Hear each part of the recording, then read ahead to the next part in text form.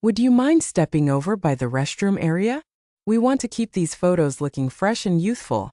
My son's new bride said sweetly, her voice dripping with honeyed venom as she smoothed her designer gown.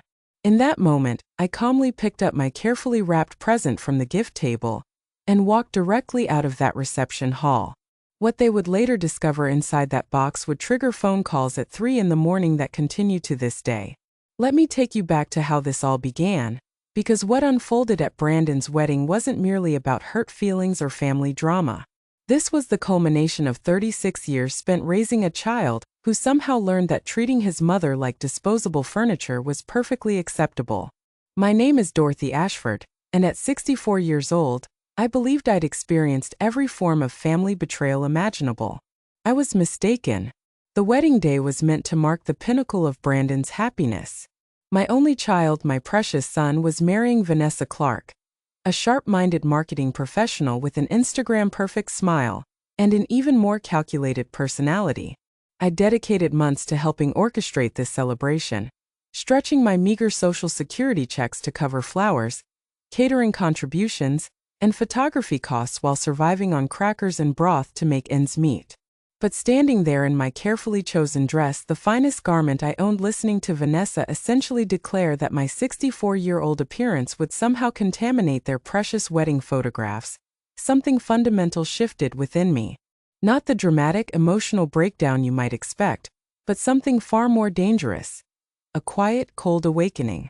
3 weeks prior to this moment, my entire existence had transformed in ways no one could have imagined, but that revelation comes later. As I departed that reception hall, clutching my wedding gift, the other guests barely registered my exit. Most were absorbed in their phones, documenting every detail for social media.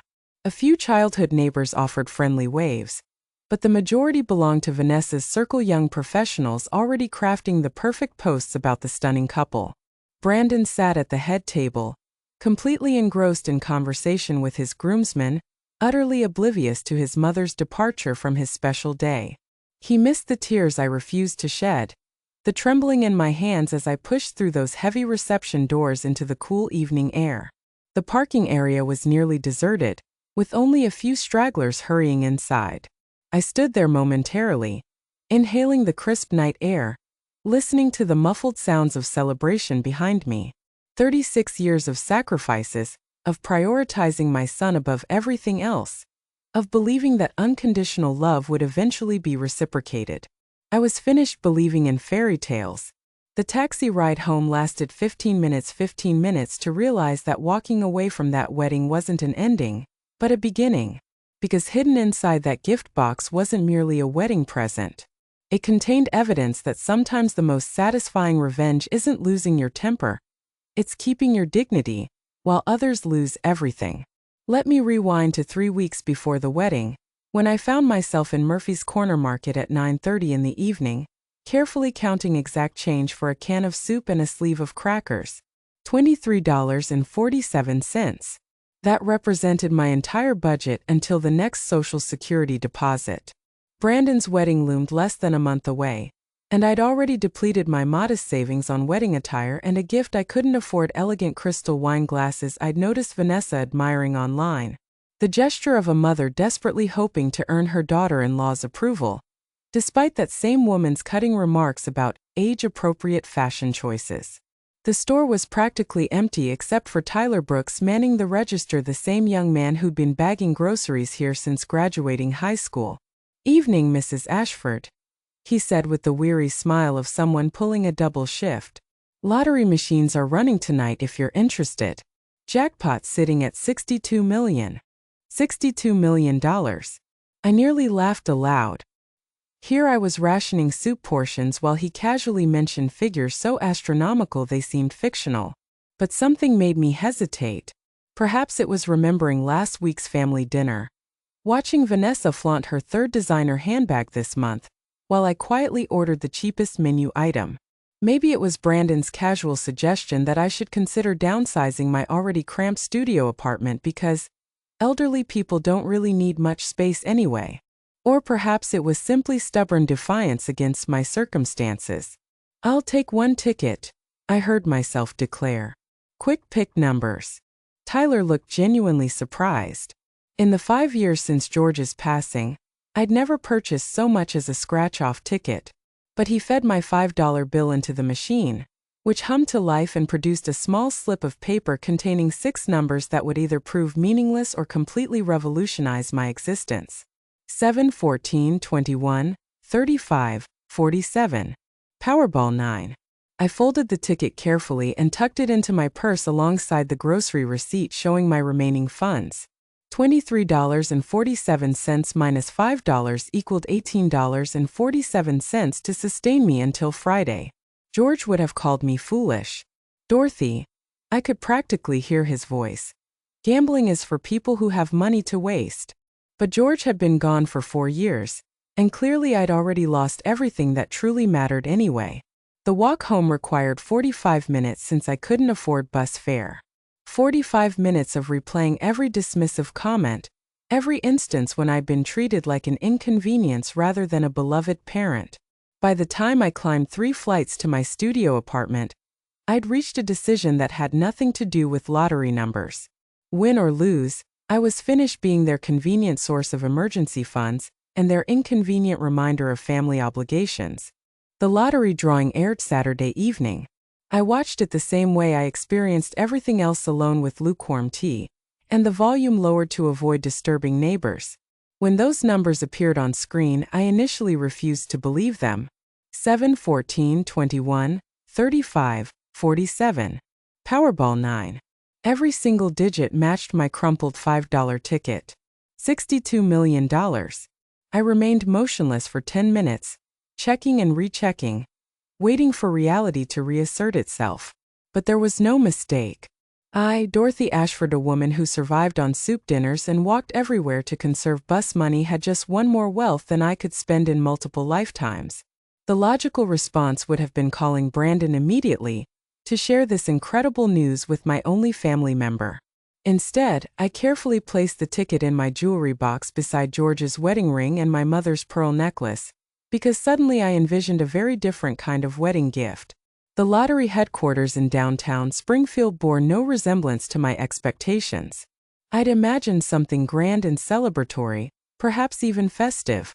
Instead, I encountered a sterile government facility with harsh fluorescent lighting and beige walls that suggested bureaucracy, rather than life-altering fortunes. "Congratulations, Mrs. Ashford," announced Carol Martinez, the claims representative, a pleasant woman in her 40s who processed my paperwork with the same efficiency she'd probably apply to a parking violation. "After taxes, your lump sum totals $38,400,000.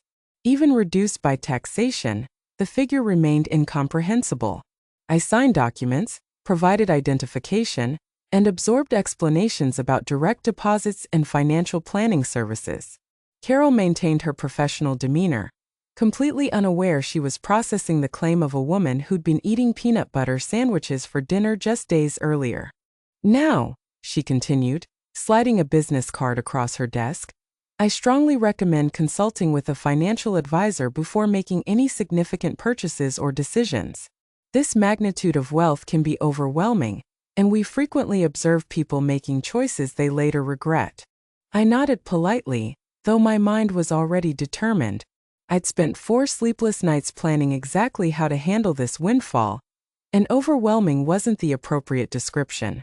Liberating felt more accurate.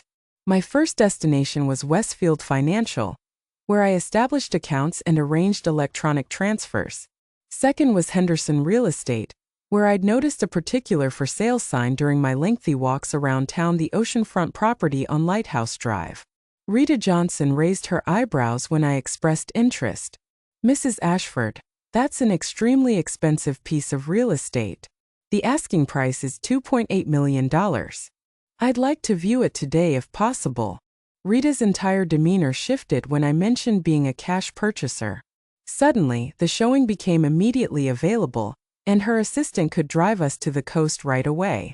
The house exceeded every dream I'd harbored during those years of financial struggle.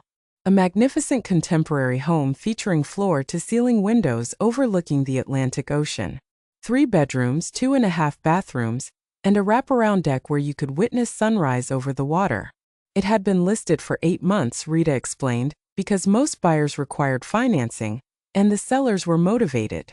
I'll take it, I declared, standing on that deck and listening to waves crash below. Full asking price. Rita blinked in astonishment. Don't you want a professional inspection?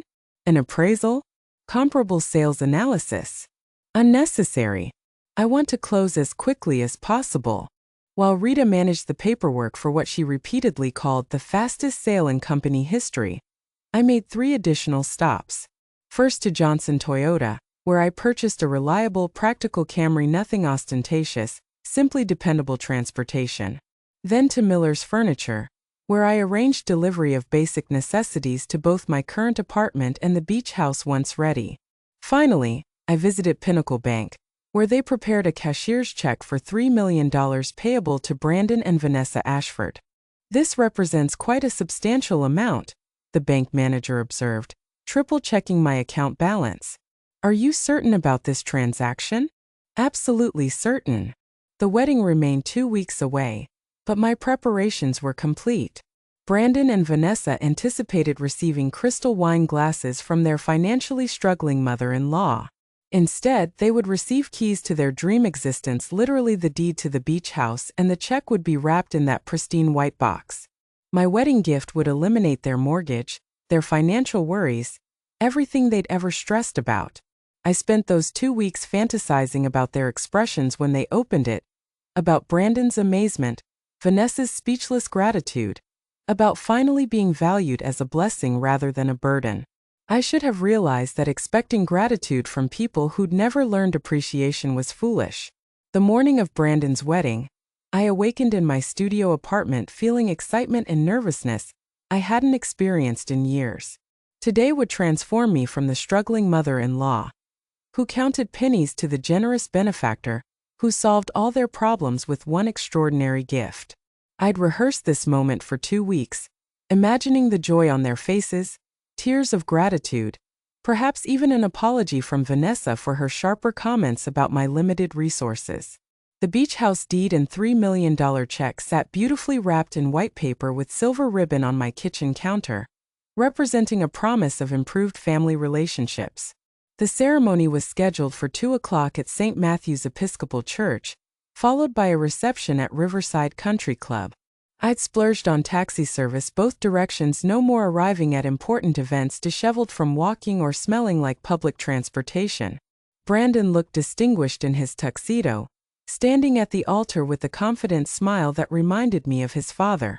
Vanessa was radiant in her designer gown, which cost more than my clothing budget for the past 3 years combined. Watching them exchange vows, I felt that familiar surge of maternal pride mixed with hopeful anticipation.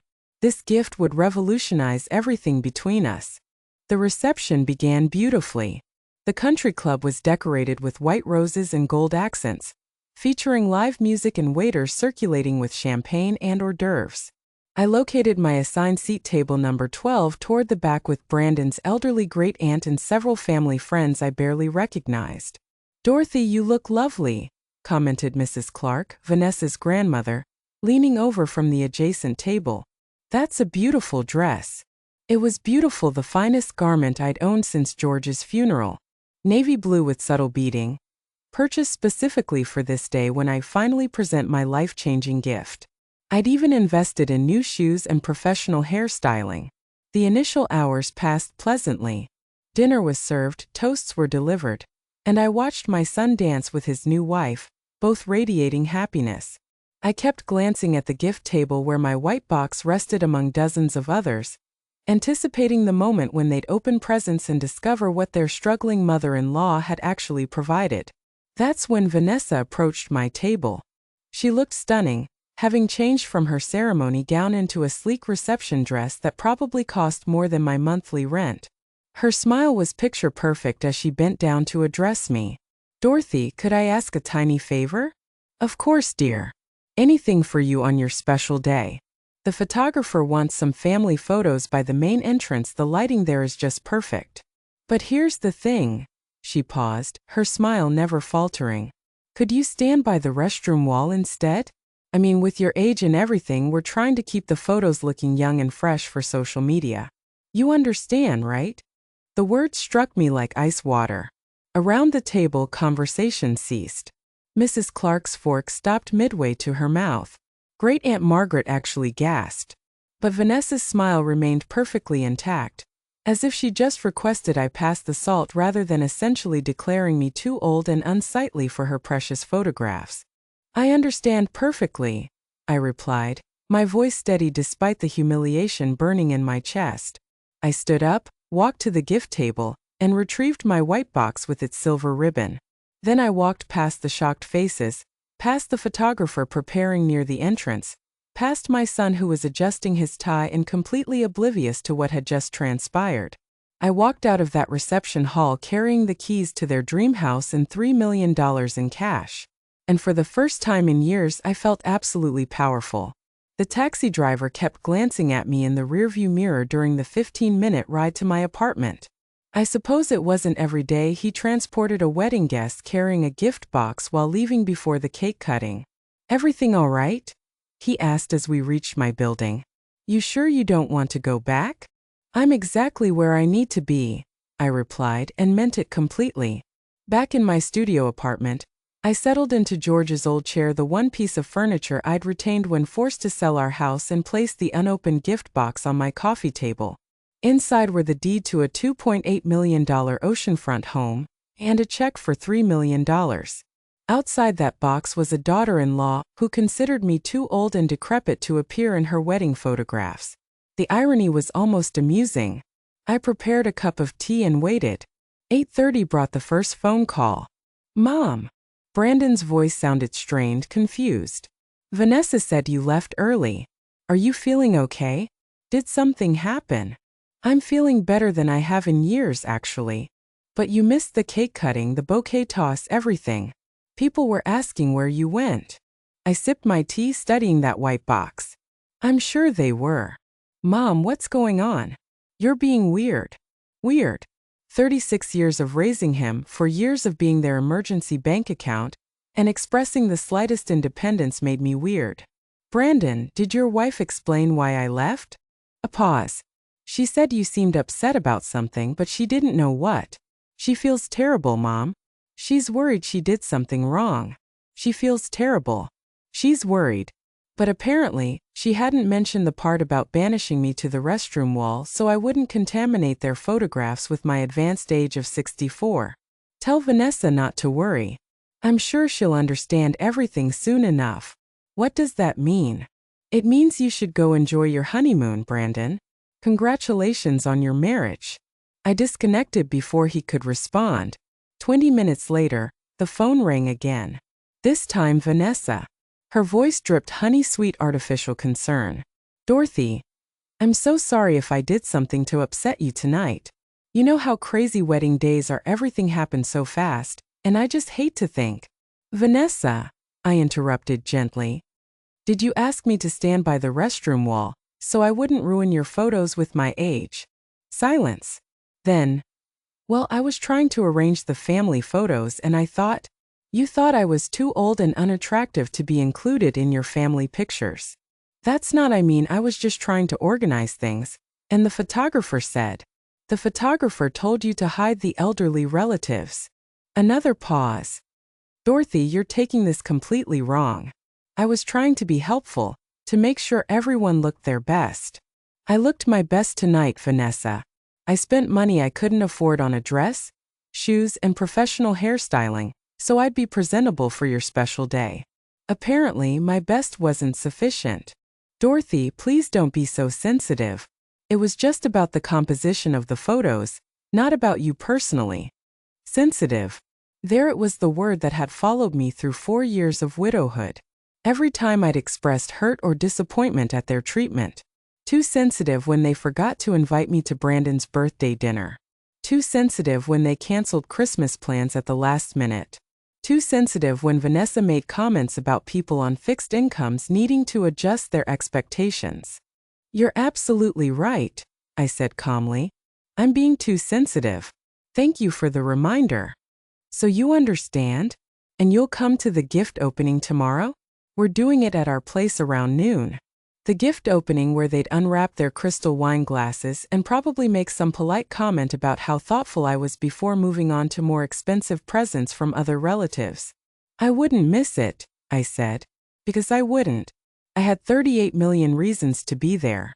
Sunday afternoon, I stood outside Brandon and Vanessa's rental house holding a different gift, a small box containing a key and a folded piece of paper. The original white box with the deed and check was safely secured in my bedroom closet, where it would remain until I decided its fate. The house bustled with wedding guests who'd stayed over for the gift opening tradition. Vanessa's parents, her sister and brother-in-law, several close friends, and various relatives I barely knew. Everyone maintained a festive mood, still energized from the previous night's celebration. Dorothy! Vanessa rushed over as I entered, her smile brilliant and completely convincing. I'm so glad you made it, and I hope you know how sorry I am about any misunderstanding yesterday. Wedding stress, you know how it is. Of course, dear. Think nothing of it. We gathered in the living room where gift boxes and bags covered every surface. Brandon and Vanessa took turns opening presents while someone maintained a list for thank you notes. Expensive kitchen appliances, crystal stemware, artwork, luggage, the kinds of things young professional couples received from their well-off families and friends. My original gift, the crystal wine glasses, was received with appropriate enthusiasm. Vanessa held them up to the light, praising their quality, while Brandon nodded approvingly. Thanks, Mom. These are beautiful. They were beautiful, and they'd cost me nearly 2 weeks' worth of grocery money. Actually, I said, standing up, I have one more gift for you both. I handed over the small box I'd prepared that morning. Brandon looked surprised. It wasn't like me to bring multiple gifts given my limited budget, but he opened it eagerly. Inside was a single key attached to a keychain and a folded piece of paper. Brandon held up the key looking puzzled. What's this for, Mom? I cleared my throat. It's the key to my new apartment. The address is on the paper. The room fell silent. Brandon unfolded the paper and read it, his confusion deepening. Ocean View Towers, Unit 4B. Mom, that's the expensive high-rise downtown. How did you? I used some life insurance money George left me. Money I'd been saving for an emergency. Not technically a lie. Winning the lottery definitely qualified as an emergency of sorts. I realized after yesterday that I needed to start thinking about my own future, my own living situation. Vanessa's smile was looking strained. That's wonderful, Dorothy. But why are you giving us the key? Because I want you to see it before I move in next week. It's a 2-bedroom unit on the 4th floor. Ocean views, modern kitchen and unit laundry. I thought you might like to visit sometime. The implications hung in the air. Brandon's expression was shifting from confusion to something that might have been concern or possibly calculation. Mom, how much did this cost? More than I probably should have spent, but I'm tired of living paycheck to paycheck. I decided I deserve something nice for my golden years.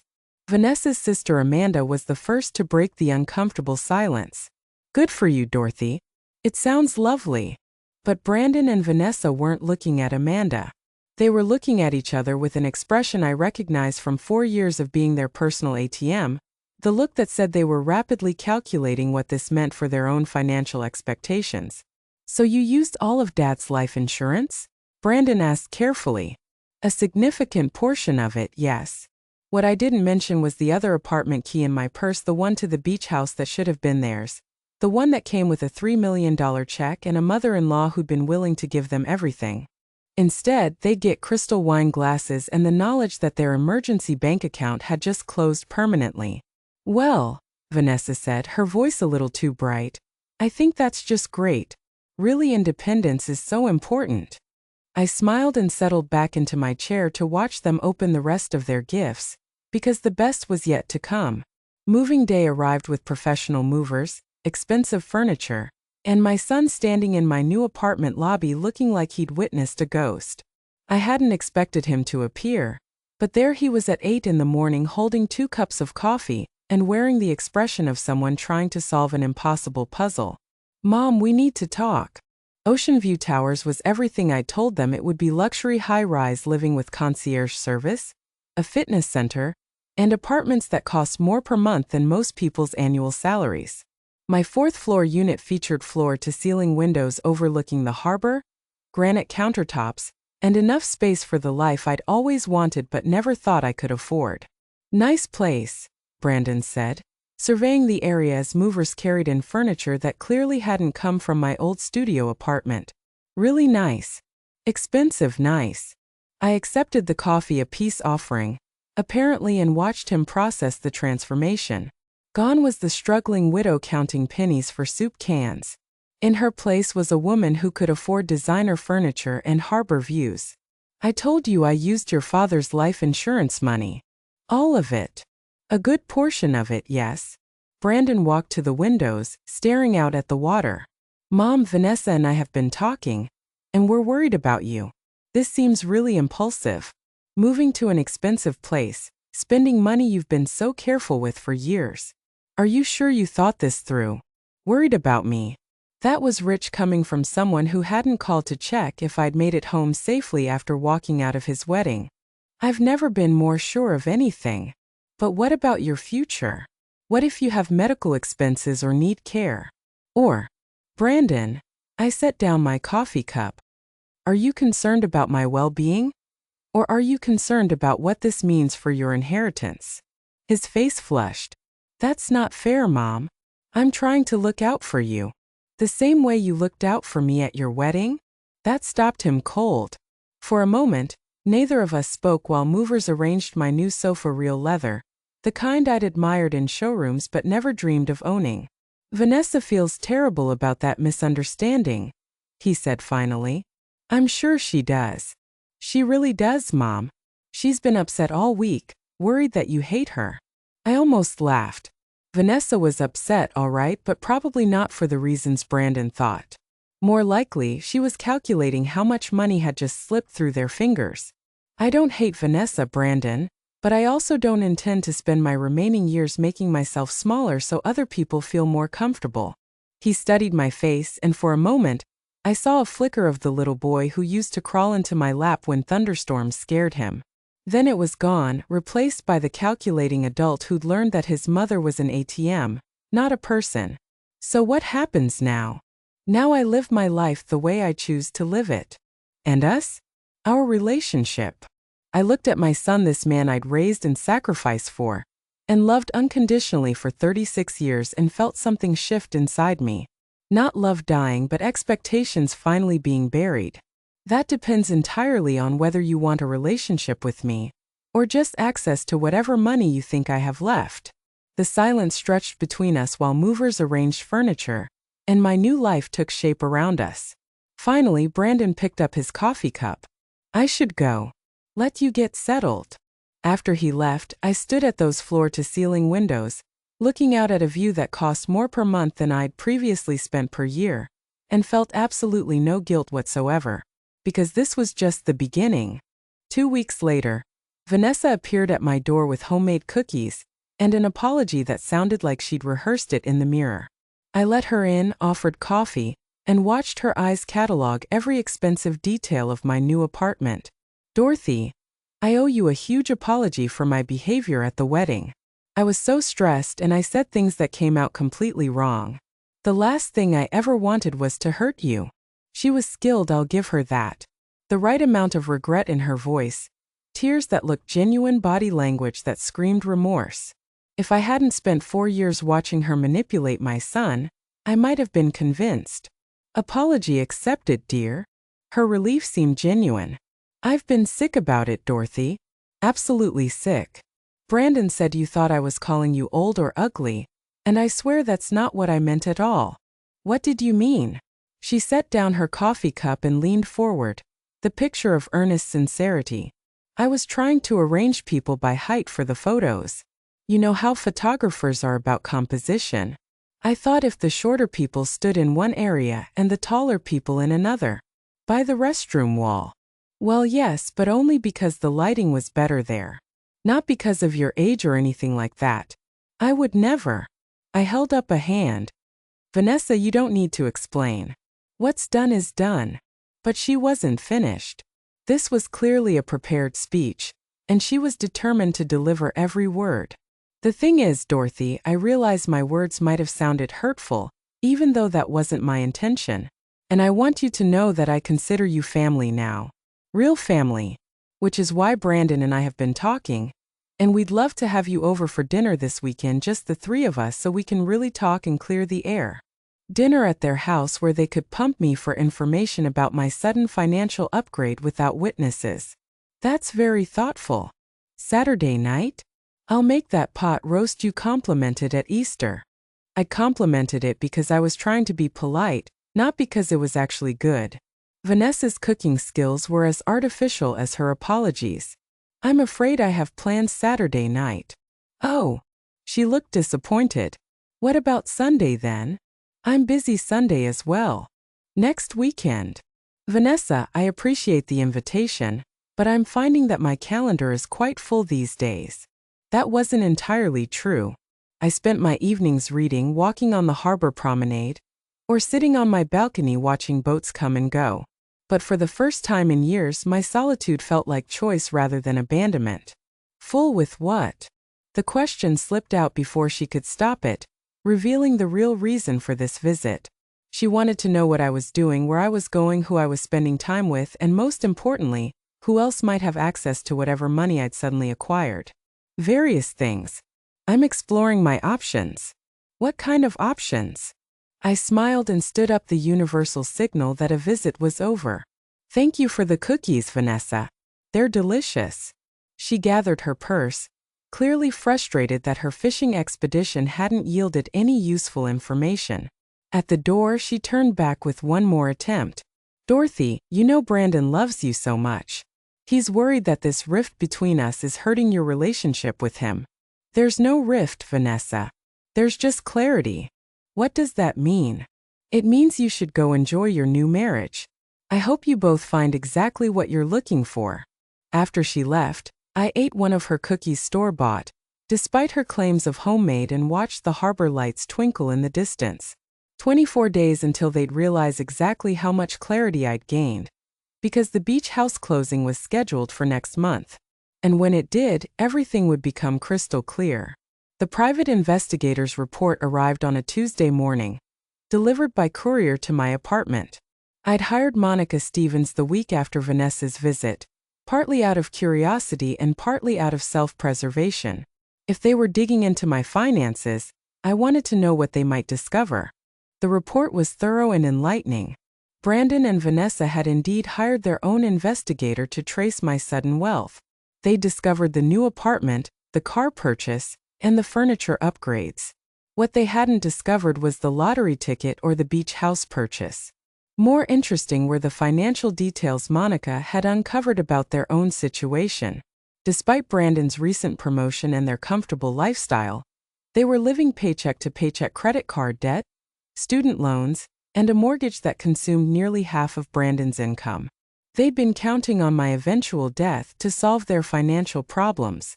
The phone calls had started 3 days ago. Subtle at first. Mom, I was wondering if you'd looked into long-term care insurance. At your age, it's probably getting expensive. Have you updated your will recently? With the apartment and everything, you should probably review your beneficiaries. Vanessa mentioned that her grandmother had a great financial advisor who specializes in retirement planning for seniors. Maybe you should talk to someone professional about managing your assets. Assets, beneficiaries, long-term care insurance. They weren't even trying to be subtle anymore. This morning's call was Brandon again, his voice carrying that forced casualness I'd learned to recognize over the years. Mom, I hate to bring this up, but our investigator friend mentioned that someone might have won the lottery recently. Someone local. Isn't that crazy? Can you imagine suddenly having all that money?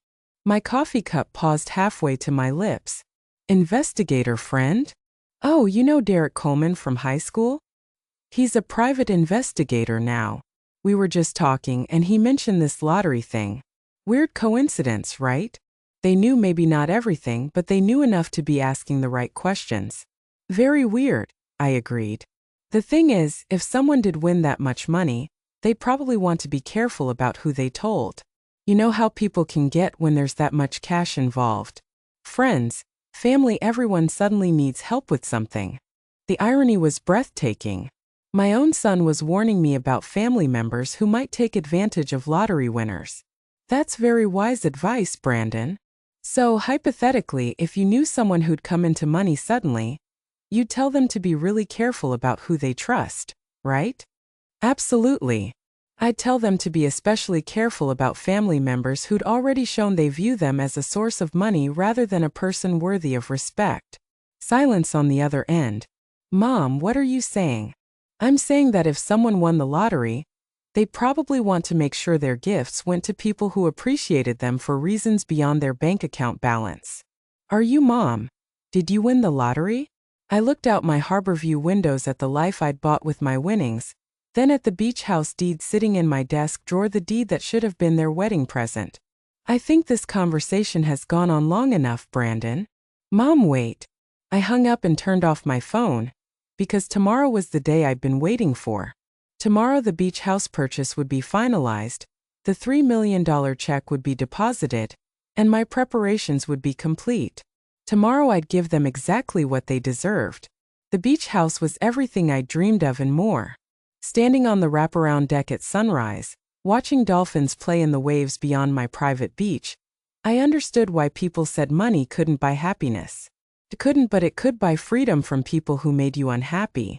I'd been living here for a week, having quietly moved my most important possessions while keeping the downtown apartment as a decoy. Let Brandon and Vanessa drive by Ocean View Towers, looking for signs of my daily routine. Let them wonder how often I was home, who I was seeing, what I was planning. My phone had been buzzing constantly since our last conversation, calls, texts, voicemails that grew increasingly desperate as they realized I wasn't answering. Finally, yesterday, Vanessa had appeared at the downtown apartment. According to the doorman, who'd been well compensated for his discretion, she'd waited in the lobby for 3 hours. This morning she tried a different approach. The text message was a masterpiece of manipulation. Dorothy, Brandon is in the hospital. Please call immediately. I called the hospital directly. No, Brandon Ashford admitted. No emergency room visits. Nothing. So I called her back. Dorothy, thank God. Brandon collapsed at work, and they rushed him to Springfield General. Can you meet us there? Vanessa, I just called Springfield General. Brandon isn't there. Silence. Then, well, maybe they transferred him. Or maybe I misheard the name of the hospital in all the confusion.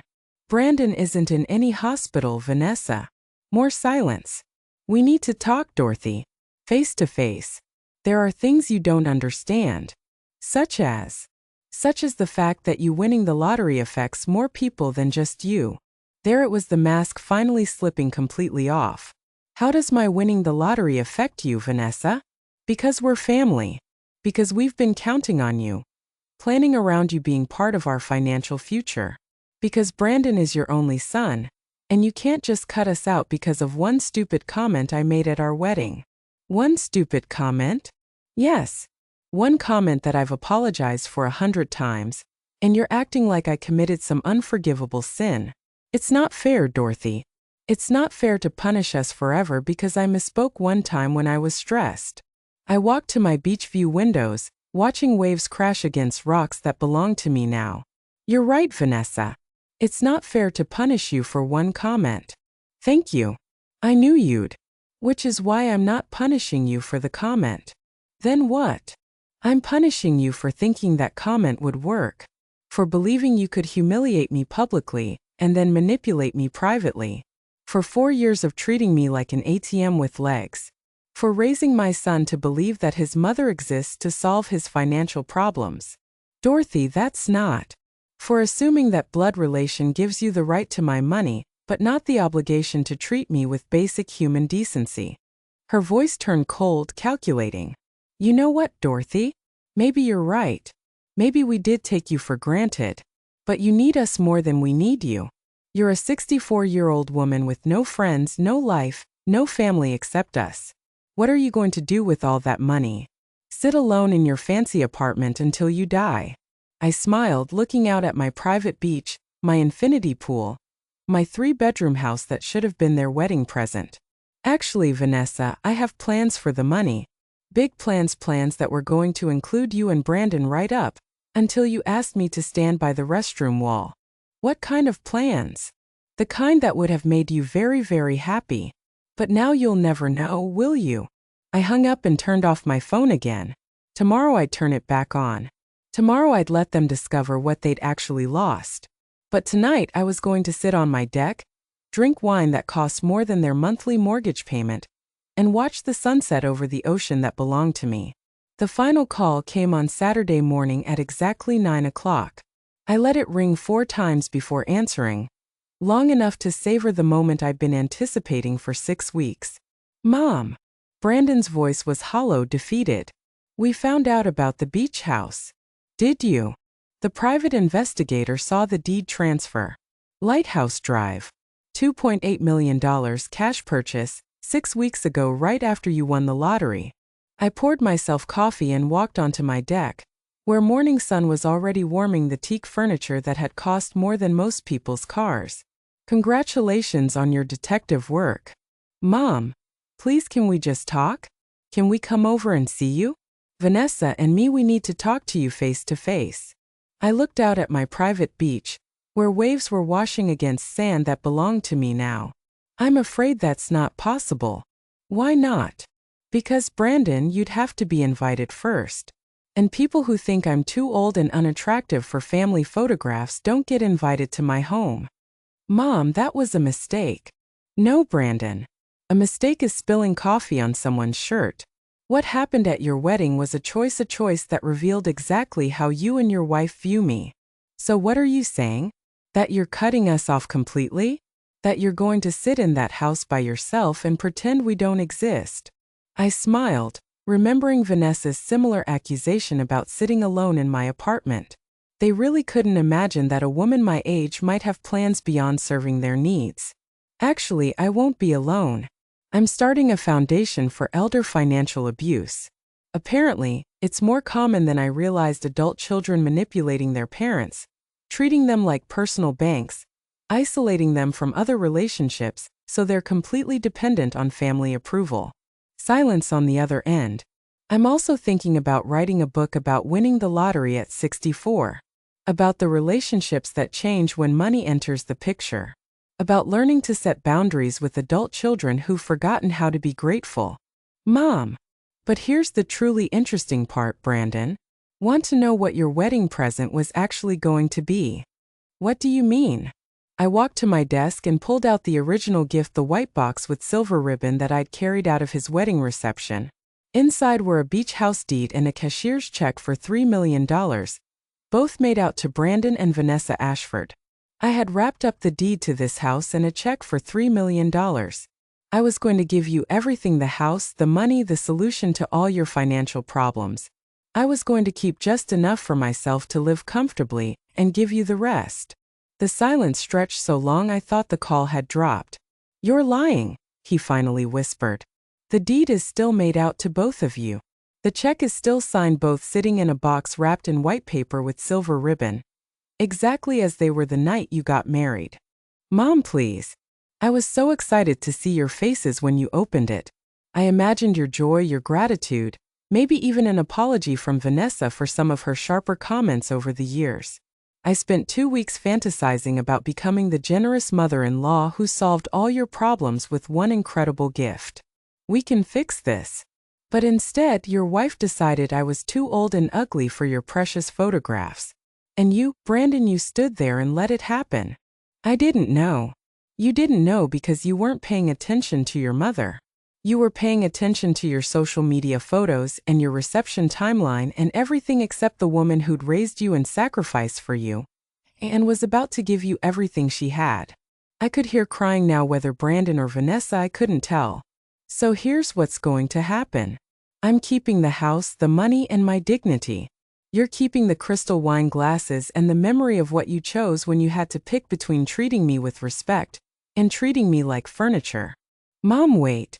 And Brandon, if you're ever ready to have a relationship with me that isn't based on what I can give you financially, you know where to find me. I'll be the old woman sitting on her private beach, living her best life. I hung up and turned off my phone. Then I walked onto my deck, looked out at the Atlantic Ocean that stretched endlessly toward the horizon, and smiled. Because sometimes the best revenge isn't getting even. Sometimes it's getting everything. If you enjoyed this story, hit that subscribe button and share your thoughts in the comments below.